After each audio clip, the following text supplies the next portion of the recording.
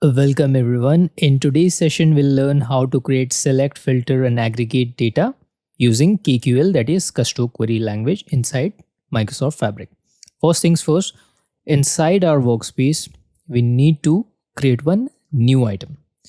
So here we need to create one event house. Let's create one event house. Let's give a name to our event house. I'll give KQL event house. Let's click on create. All right, so here we go. So if you look here, we now got one KQL database. So this is our beginning point, right? Because in order to fire KQL queries, we need one database. So we are here. Now, if I look here, we need to first ingest our data, right? So I'll click on the three dots, get data. And since my data is located on my local computer, I have the CSV file in my local computer. I'll click on local file. Now we need to give one table name. So since I have prepared the query for the sales data, so I need to give the table name as sales data. Depending on that, if you want to mention any other table name, you can mention it. But for this tutorial, I'll give the table name sales data so that the query will work. I'll paste it and click on the tick mark. Sales data table is there. Now let's browse the source file from our local computer. So let's browse the sales data file. So this is our basically the input file. So green tick mark looks good. I'll click on next. So it will basically show the data. Since my CSV file contains the first row as header, I have toggled this button. It is by default on, but please make sure if your data contains header, you need to toggle this on. Now let's click on finish. So it's basically creating table mapping, right?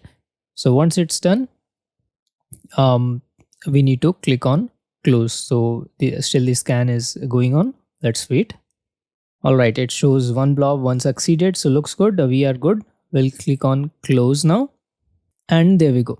We are now almost ready.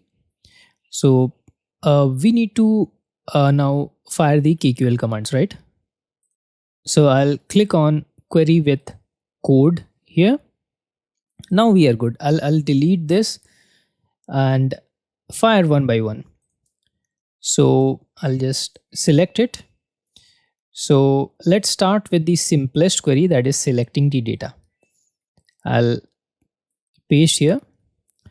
So let's click on run and there we go. So this shows the first 5 rows of the data set. That is our input data set. Whatever we have, the sales data table. So it's showing the 5 rows of the data set. Now let's open a new tab. And now let's filter. Suppose we want only sales from north region. If you look at the data, we have many regions, right? North, south. Let's say I want just the data for north now. How do we do it? We need to use filter. So the syntax goes something, the table name where region equal to north. Let's run this. And there we go.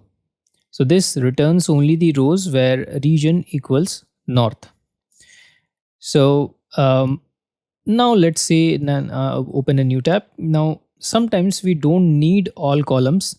We can project only the ones which we care about. So we'll select specific columns now. Now let's paste it. So now let's run it. And there we go. We have selected the product and sales columns, right? So that's how we select specific columns using KQL. Now let's say we want to summarize the data, like sum, average, count, those kind of things. Let's open a new tab. I'll paste the command and run it.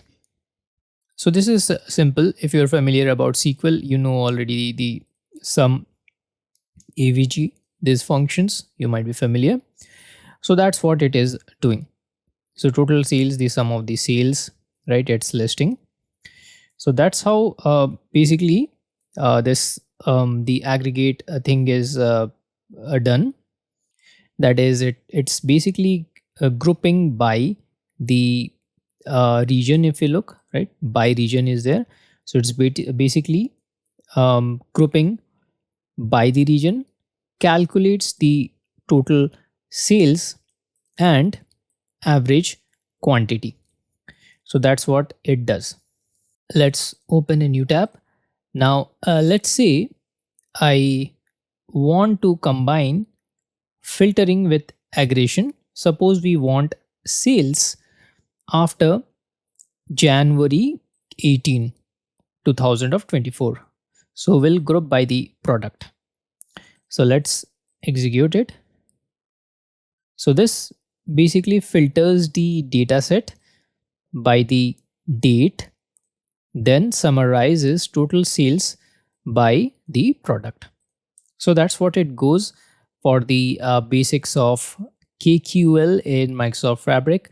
I hope you found this tutorial helpful. Let's meet in our next lecture.